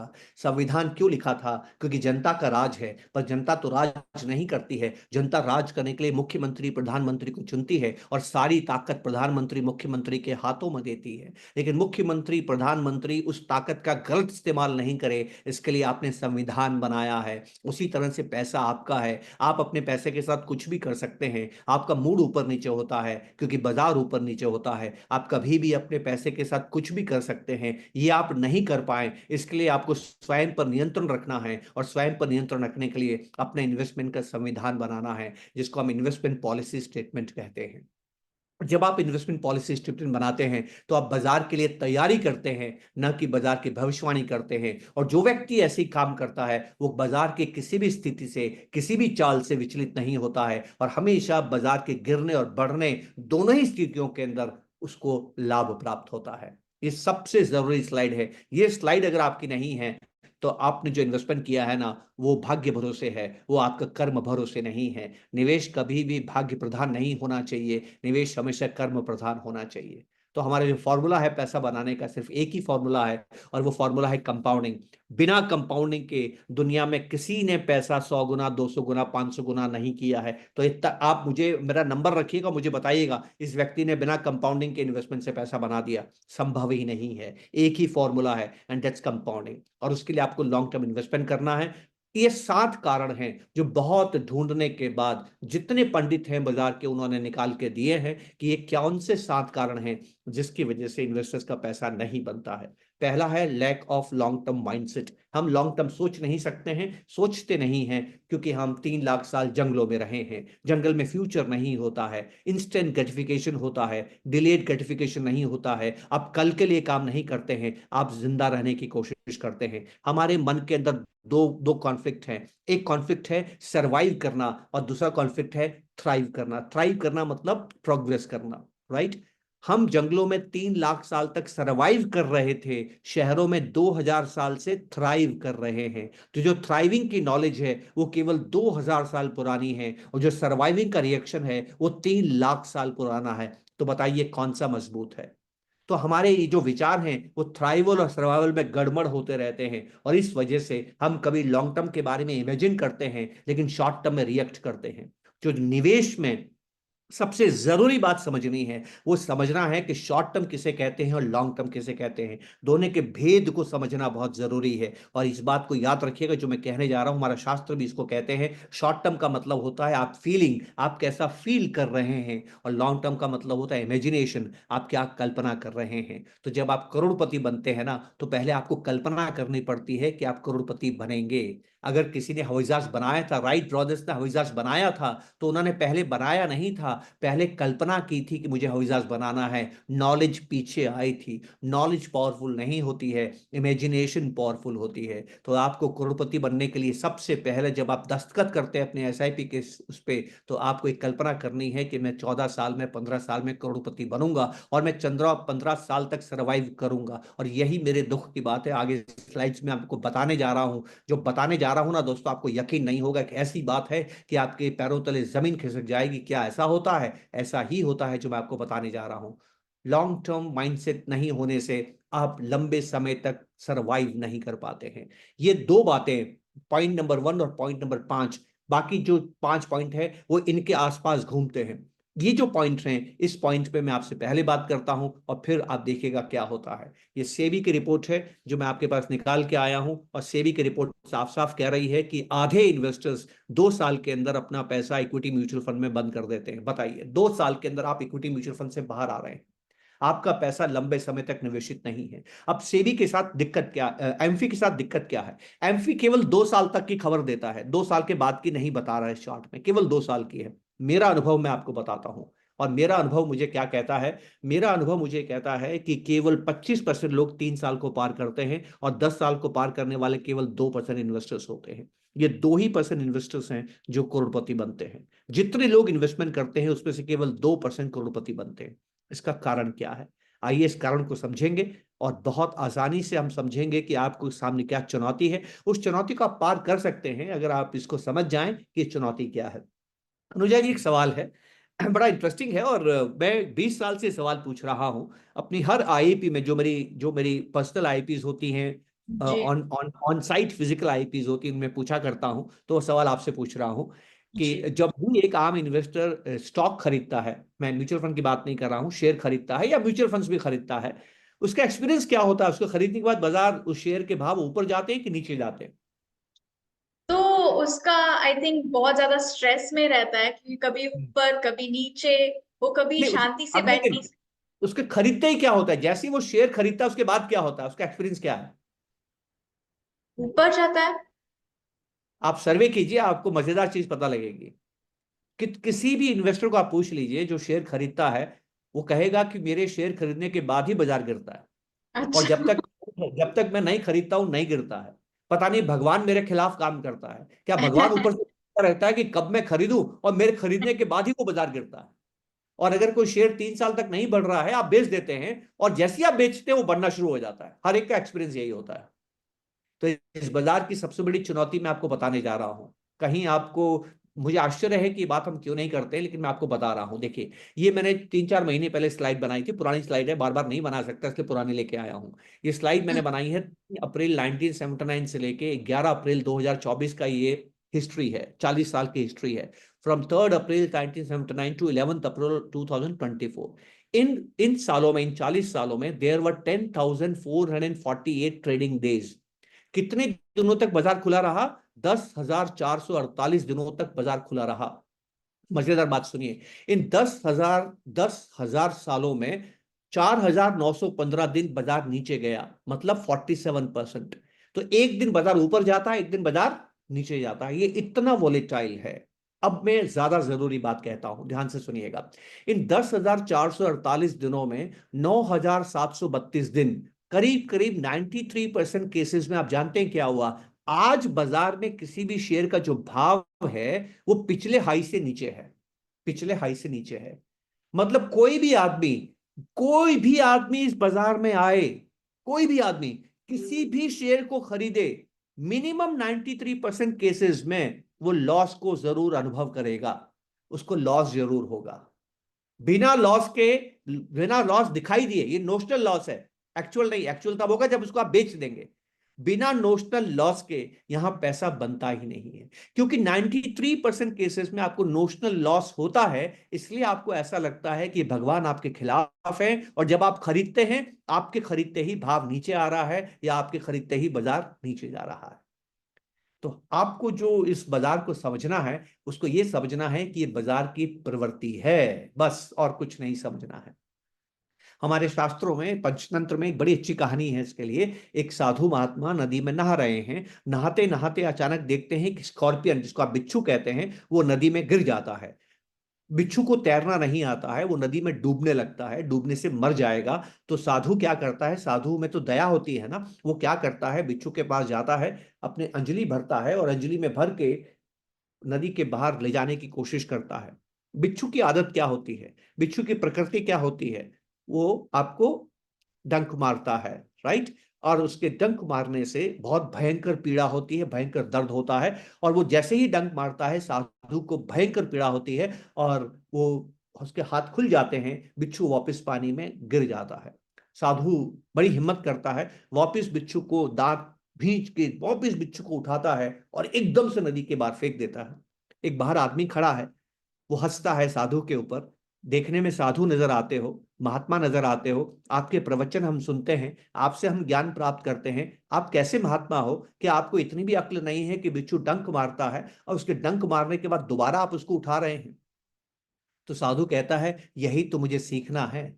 मैं जानता हूं कि उसकी प्रवृत्ति क्या है, मैं जानता हूं उसकी प्रकृति क्या है। उसकी प्रकृति डंक मारना है, वो मारेगा। उठाने से पहले मैं जानता था, लेकिन मैं साधु तब बनूंगा जब उसकी इस आदत को स्वीकार करूंगा। और मैंने स्वीकार किया, डंक की पीड़ा को सहन किया, और मरते को बचाया। इसलिए मैं साधु के मार्ग पर सफल हो रहा हूं। आपको क्या समझना है? ये जो बाजार का जो आदत है, ये बाजार की प्रवृत्ति तो रहेगी, हमेशा रहेगी, बस आपको इसको स्वीकार करना है। और जब आप इसको स्वीकार नहीं कर पाते हैं ना, तभी टीवी आपको डराता है कि बाजार लहूलुहान, blood bath in the market. जी हाँ, ये बड़ी अच्छी बात है, इससे आपको घबराने की जरूरत नहीं है। तो जो वॉलिटिलिटी है, जिसको कि आपको डर दिखाया जाता है, ये डर नहीं है, ये अपॉर्चुनिटी है। एक बहुत अच्छी तस्वीर है, आसानी से देखिए, हम इसको समझने की कोशिश करेंगे, ध्यान से आप देखिएगा। हिंदुस्तान में एक बाजार रहा हमारे पास में, जब 92 से लेके 2002 के 10 साल तक बाजार कहीं नहीं गया। 92 में हर्षद मेहता के समय सेंसेक्स वाज 4200, और 2002 के अंदर, आफ्टर बिन लादेन का वो जो 9/11 हुआ था अमेरिका में, उसके बाद हिंदुस्तान का बाजार वाज क्लोज टू 2900। तो आप देखिए, 10 साल के लॉन्ग टर्म में हमारे बाजार ने कोई रिटर्न नहीं दिया था, सेंसेक्स ने कोई रिटर्न नहीं दिया था। तो क्या इसमें पैसा नहीं बनता है? ऐसे में भी पैसा बनता है। और ऐसे में पैसा आप कैसे बना सकते हैं, मैं आपको दुख की बात बताता हूं। यही वो 10 साल हैं जब मैं गलतियां करता था, यही वो 10 साल है जो मेरी पाठशाला थी, यही वो 10 साल है जहां मैंने अपनी असफलता से आज सफलता को सीखा है। अगर इन 10 सालों में मैं असफल नहीं हुआ होता, तो आज मैं सफल भी नहीं हो पाता था, क्योंकि मैं पहली जनरेशन था फैमिली में जो स्टॉक मार्केट में, इक्विटी म्यूचुअल फंड में निवेश करता था। मेरे से पहले कोई था नहीं, मुझे कोई समझाने वाला नहीं था, मुझे कोई बताने वाला नहीं था। तो इस खूबसूरत बाजार का मैं फायदा नहीं उठा सका, मैं एसआईपीज नहीं कर सका, मैं स्टेप अप एसआईपीज नहीं कर सका। लेकिन अब मैं कर रहा हूं, और अपना ये अनुभव मैं आपके साथ बांटना चाहता हूं कि जब आप रेगुलर इन्वेस्टमेंट करते हैं, लगातार इन्वेस्टमेंट करते हैं, तो आपको फायदा क्या होता है।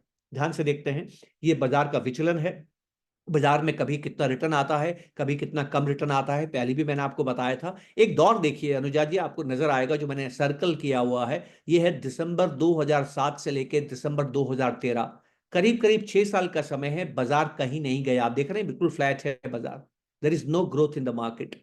ठीक है, जी। तो क्या ये एक बहुत खराब समय था? जी। आधी एसआईपीज, मैं आपको एक मजाक नहीं कर रहा हूं, आप कैंप्स के पास जाइए, कार्वी के पास जाइए, डेटा निकालिए। ये वो समय था जब हिंदुस्तान में जितनी एसआईपीज थी ना, वो आधी बंद हो गई थी।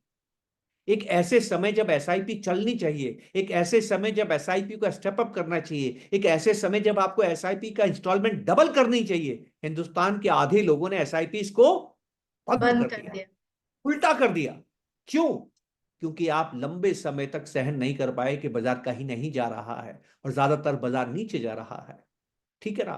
तो क्या होता है, क्या चीज हमें समझनी है, कंपाउंडिंग के बाद जो दूसरी चीज समझनी है वो क्या है, वो हम समझने की कोशिश करते हैं।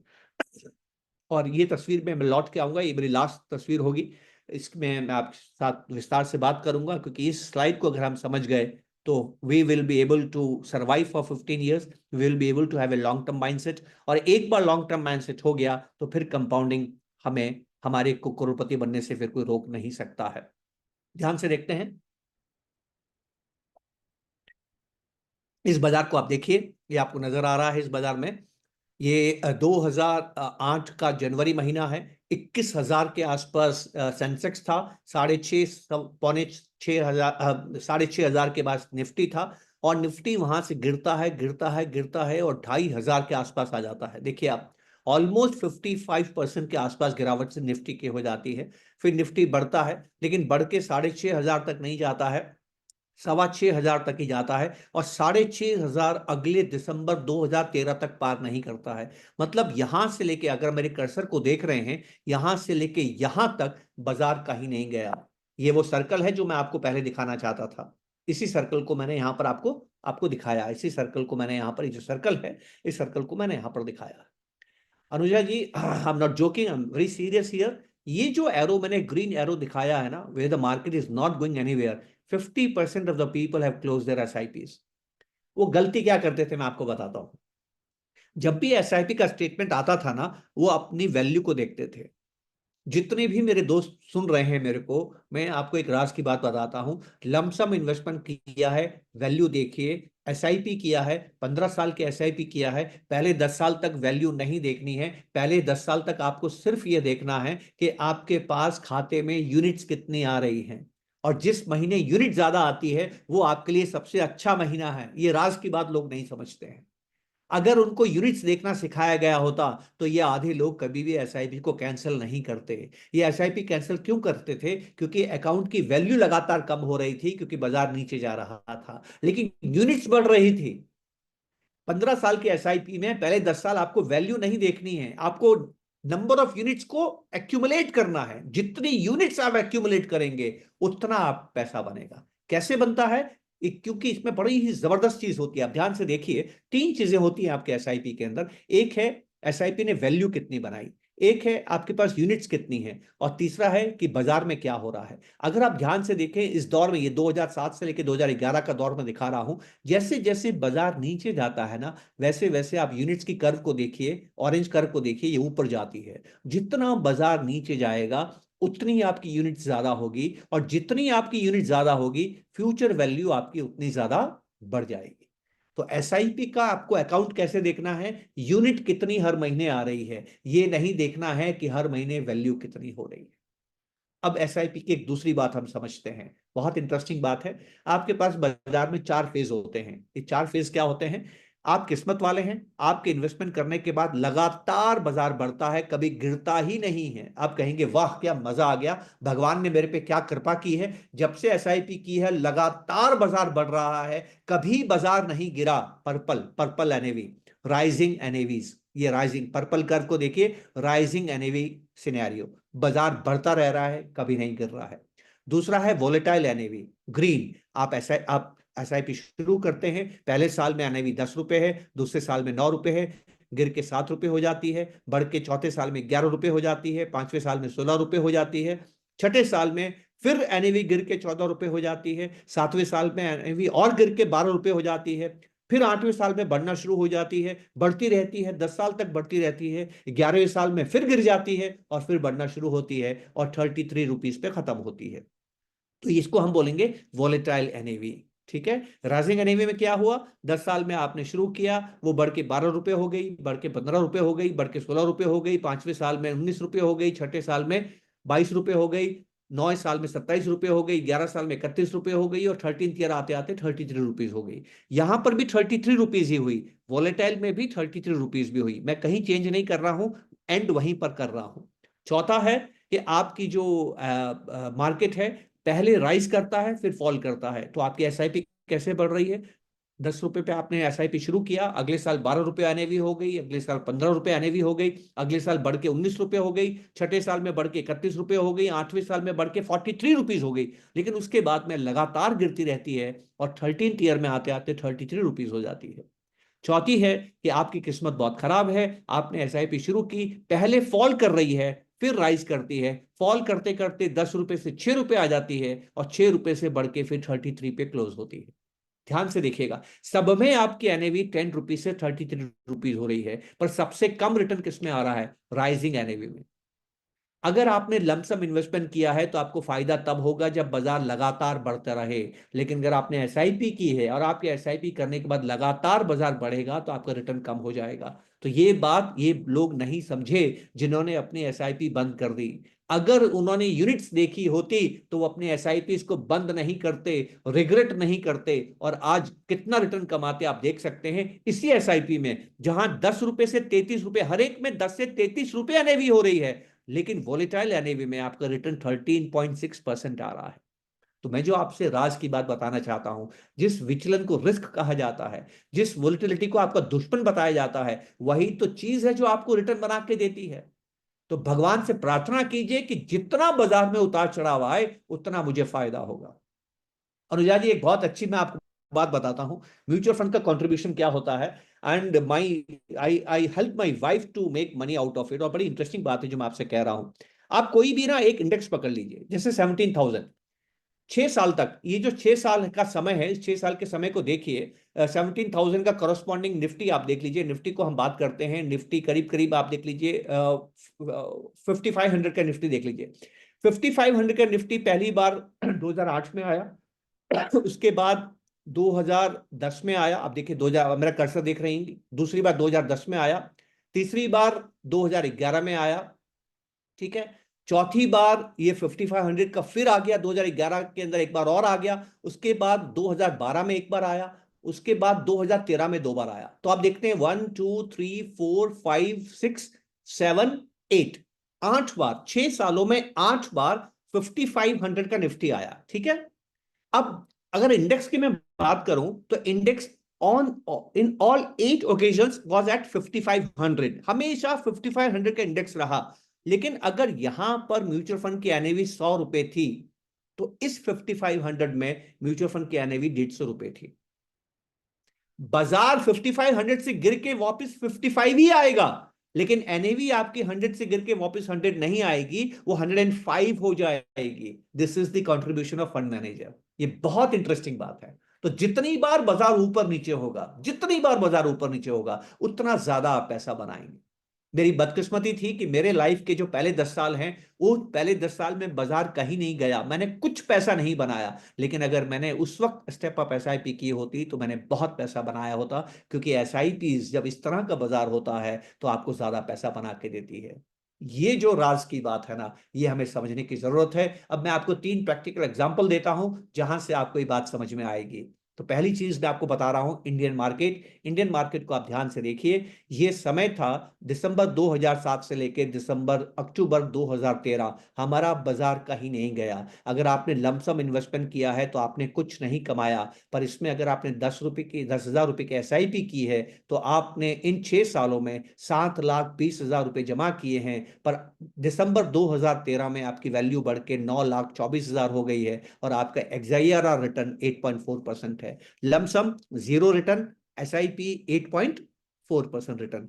बाजार बड़ा नहीं है, नीचे ही है, लेकिन ऊपर नीचे हो रहा है, और ऊपर नीचे होने से बाजार के बिना बढ़े आपको एसआईपी ने 8.5% का रिटर्न दे दिया। यहां पर आप देखिए, अमेरिका की कहानी सुना रहा हूं। जनवरी 2000 के अंदर नेस्डेक वॉज 4500 और उसके बाद में नेस्डेक गिरता है। ऑलमोस्ट 2002 के अगस्त सितंबर के अंदर ये गिर के 1000 के नीचे चला जाता है। 90% नेस्डेक नीचे आ जाता है। उसके बाद वापस 4500 नेस्डेक कब आया? 2014 के एंड में। 15 ईयर्स, 15 साल तक आप नेगेटिव लॉस में रहे। अगर किसी ने जनवरी 2000 में अमेरिका के नेस्डेक में पैसा डाला 1 लाख रुपया, तो अगले 15 साल तक वापस 1 लाख नहीं बना, वो 15 साल तक लॉस में रहा। पर उस बाजार में जहां 15 साल तक जो बाजार लॉस में रहा, उस बाजार में भी अगर आपने 15 साल तक 10,000 रुपए जमा किए तो आपने 18 लाख रुपए जमा किए थे, लेकिन एंड वैल्यू आपकी 42 लैक्स है और 10% के आसपास आपका एक्सआईआर आ रहा है। तो आप देखिए, बाजार कहीं नहीं गया। 15 साल में 4500 के नीचे ही रहा। लमसम वाला 15 साल तक लॉस में रहा, पर एसआईपी वाला यहां पर भी 10% का रिटर्न कमा के निकलता है। इससे बड़ा एग्जांपल मैं आपको देता हूं। इससे बड़ा एग्जांपल है निकी, जापान। जापान का बाजार 1989 के अंदर 40,000 के आसपास था। उसके बाद बाजार गिरा, ऐसा गिरा कि अगस्त 2002 तक आते आते 10,000 के नीचे आ गया। 40,000 का बाजार 10,000 के नीचे आ गया और उसके बाद अगले 35 साल तक वापस 40,000 नहीं आया। आया ही नहीं। कितने साल तक? 33 ईयर्स तक नहीं आया। इस बाजार में भी अगर आपने एसआईपी की होती तो आपने 40 लैक्स का इन्वेस्टमेंट किया होता और आपकी वैल्यू 70.1.5 लैक्स हो जाती और आपने 9.9% का आपको रिटर्न आता।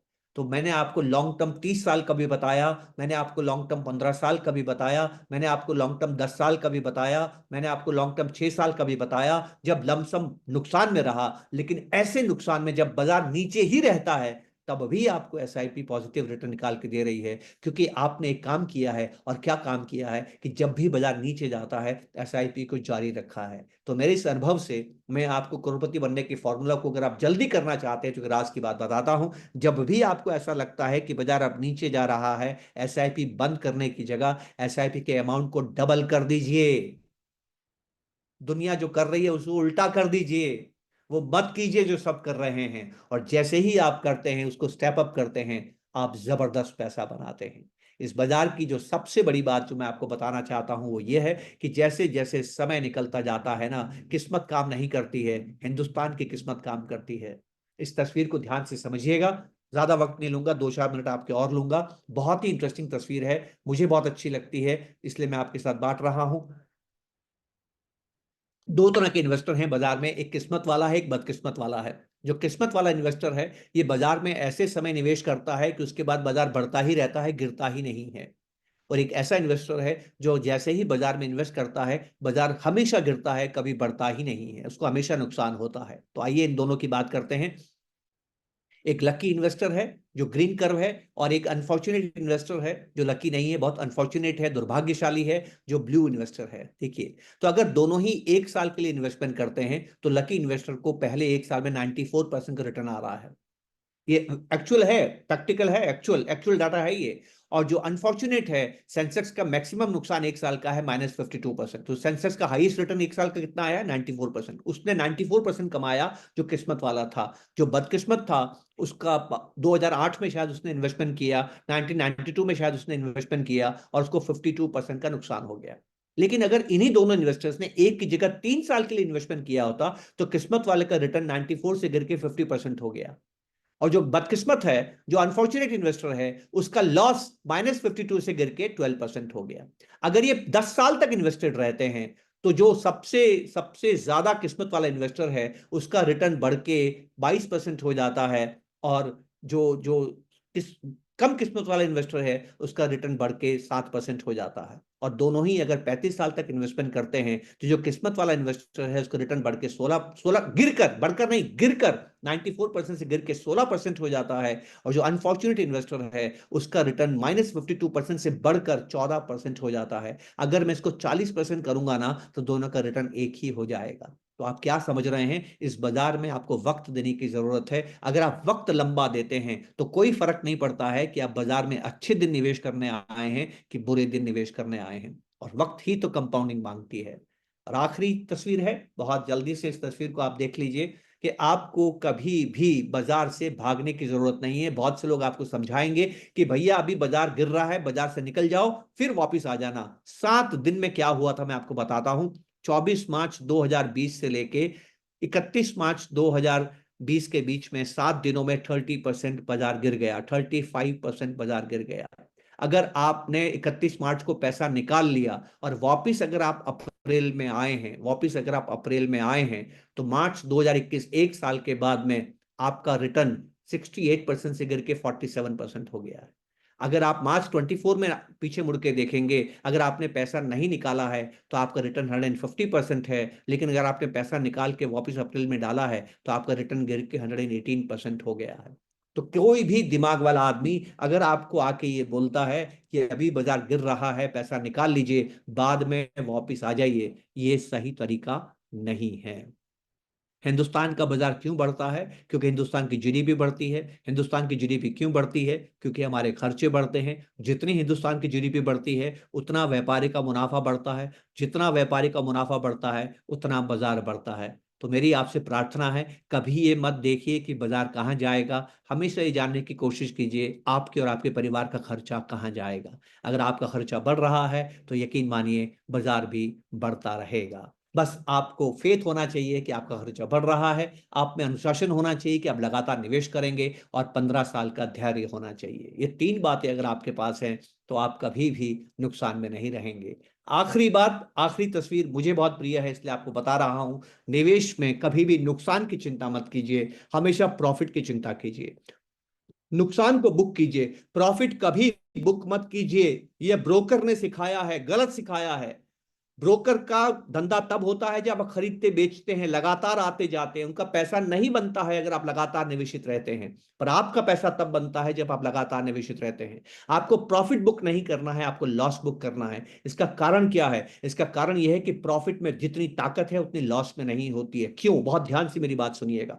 लॉस कितना ही बड़ा क्यों नहीं हो, आपको पहले से मालूम होता है मैक्सिमम कितना हो सकता है। मतलब क्या है? वो फिनिट होता है। प्रॉफिट कितना ही छोटा क्यों नहीं हो, आपको पहले से कभी मालूम नहीं होता है वो कितना बड़ा हो सकता है। प्रॉफिट इन्फिनिट होता है। तो कल्पना कीजिए कि 2021 में आप 3 शेयर्स खरीदते हैं। शेयर ए, उसमें 1 लाख रुपए जमा करते हैं। शेयर बी, उसमें 1 लाख रुपए जमा करते हैं। शेयर सी, उसमें भी आप 1 लाख रुपए जमा करते हैं। मतलब आपने 3 लाख रुपए जमा किए। 3 लाख में 33.33% स्टॉक ए है, 33.33% स्टॉक बी है, और 33.33% स्टॉक सी है। ये आपने पोर्टफोलियो का निर्माण किया है। अब आपकी किस्मत अच्छी नहीं है, और होता क्या है कि स्टॉक बी और स्टॉक सी घटिया घटिया इन्वेस्टमेंट हो गए, बहुत गंदे इन्वेस्टमेंट है। हर साल 20% से गिर जाते हैं, हर साल 20% से गिर जाते हैं। लेकिन स्टॉक ए एक ऐसा इन्वेस्टमेंट है जो हर साल 20% से बढ़ता है। तो आपने 3 शेयर्स खरीदे हैं, एक 20% से बढ़ रहा है, दो 20% से लॉस कर रहे हैं। आप जानते हैं क्या होगा 15 साल के बाद? 15 साल के बाद में, 20 साल के बाद में क्या होगा? आपका जो स्टॉक बी और स्टॉक सी है वो करीब करीब जीरो हो जाएंगे। जीरो, आपने पूरा पैसा खो दिया। आपके 66.66% फैसले गलत हो गए। आपने 3 में से 2 फैसले गलत ले लिए, आपका पैसा जीरो हो गया, 2 लाख डूब गया। लेकिन ए का जो 1 लाख रुपया है वो बढ़ के 38 लैक्स हो गया। तो आपके 3 लाख रुपए बढ़ के 38 लाख हो गए। आपका रिटर्न आया 13.59%। देखा आपने प्रॉफिट की ताकत? ये पैसा आपने क्यों बनाया? क्योंकि आपने प्रॉफिट बुक नहीं किया। And this is what we have to learn friends. एक अच्छे इन्वेस्टमेंट में इतनी ताकत होती है कि वो आपके 10 बुरे इन्वेस्टमेंट्स को हरा सकता है। तो never book profits, always keep those mutual funds जो अच्छा काम कर रहे हैं, लंबे समय तक रखिए। आपको सिर्फ पहला करोड़ की इंतजार करनी है। उस आदमी को ढूंढिए जिसने पहला करोड़ का इंतजार किया है, और पूछिए कि दूसरा करोड़ कितना जल्दी बना है। ये जबरदस्त घोड़ा है दोस्तों कंपाउंडिंग का। इस पे बैठ के राइट जरूर कीजिएगा। ये दिमाग में घुसेगी नहीं, ये केवल फील होती है। एक फिल्म का एक डायलॉग था कि मैं समझ में नहीं आता हूं, सिर्फ दिल में आता हूं। कंपाउंडिंग समझ में नहीं आएगी दोस्तों, आप केवल फील कर सकते हैं। आपको एक होमवर्क देता हूं, एक ऐसे आदमी को ढूंढिए जो 15 18 20 साल से लगातार इन्वेस्टेड है, एसआईपी कर रहा है, और उससे पूछिए कि आपका पहला करोड़ कितने साल में बना, और पूछिए दूसरा करोड़ कितने साल में बना। आपकी आंखें खुल जाएगी और आपको वो फॉर्मूला समझ में आ जाएगा जो आपको धन का निर्माण करता है। हिंदुस्तान की चिंता नहीं कीजिएगा, उसका पैसा तो बनेगा। आप करोड़पति बनेंगे कि नहीं बनेंगे आपको तय करना है। अनुजा जी आपने और हर्षित प्लस आपने मुझे मौका दिया बात करने का, उसके लिए बहुत बहुत शुक्रिया। नमस्कार, जय हिंद। थैंक यू नमस्कार। आपने बहुत अ, हम लोगों को इतना सारा नॉलेज दिया है। आई एम श्योर मेरे जैसे काफी इन्वेस्टर्स है जो इस सेशन के बाद ये जरूर याद रखेंगे कि चाहे कुछ भी हो, चाहे कितना भी वॉलेटाइल हो मार्केट, हमें इन्वेस्टेड रहना है। और थैंक यू, ये काफी इंस्पायरिंग, काफी मोटिवेशनल सेशन था। अगर हम एक या दो क्वेश्चंस ले सकते हैं, इज दैट ओके? या I am okay, no issue. अगर किसी के पास कोई क्वेश्चन है तो आप चैट बॉक्स में डाल सकते हैं। हम एक या दो क्वेश्चंस ही लेंगे, ज्यादा नहीं ले पाएंगे। आप अपना चैट बॉक्स में डाल सकते हैं क्वेश्चन।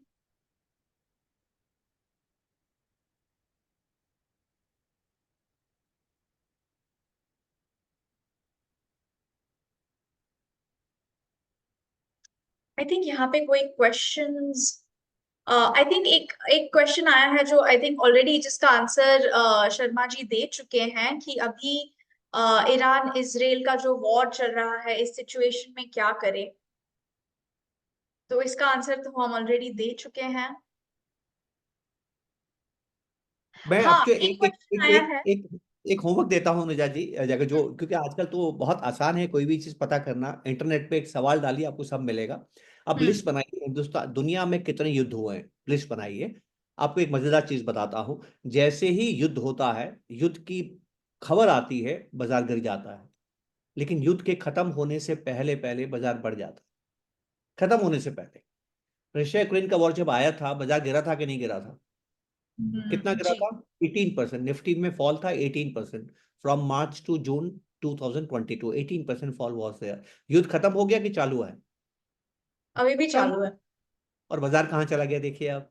जी। दुनिया में सब युद्ध में ऐसा ही होता है, राइट। मुश्किल क्या है कि 99% लोग जो इस बाजार में है ना, वो ट्रेडर्स हैं, और टीवी उनकी बात करता है। और जब हम टीवी सुनते हैं ना, तो हमें बात समझ में नहीं आती है। उनका हम्म। आउटलुक अलग है, हमारा आउटलुक अलग है। तो मैंने अपने प्रोग्राम में भी बोला था, अगर आप लॉन्ग टर्म इन्वेस्टर है, टीवी देखना बंद कर दीजिए, उससे आपको कोई फायदा नहीं होने वाला है। जी। एक ही क्वेश्चन आया है, आप उसका आंसर दीजिए। काफी सारे लोग कह रहे हैं कि हमें लमसम करना चाहिए कि नहीं। बिल्कुल करना चाहिए, बिल्कुल करना चाहिए। लमसम, लमसम क्या है आप जानते हैं? लमसम का मतलब होता है डेबिट कार्ड इस्तेमाल करना। एसआईपी का मतलब होता है क्रेडिट कार्ड इस्तेमाल करना। देखिए, आपके पास दो तरह के पैसे हैं आपके खाते में। आपने जो पैसा कमा लिया वो कहाँ है? बैंक में है।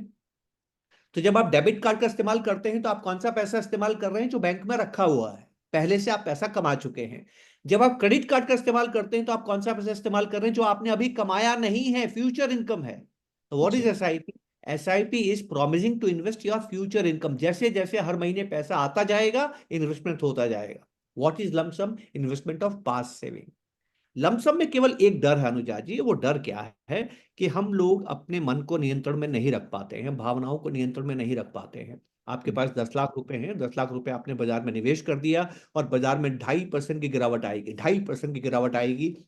और 2.5% गिरावट आते ही आपका 10 लाख रुपया 25,000 रुपया कम हो जाएगा, आपके खाते में 9,75,000 होगा। आप शाम को टीवी देखेंगे और टीवी खबर दिखाएगा, बाजार में ब्लड बाथ, लहूलुहान, बाजार और गिरेगा। अब आपके हाथ पांव फूल जाएंगे और आप पैसा निकाल लेंगे।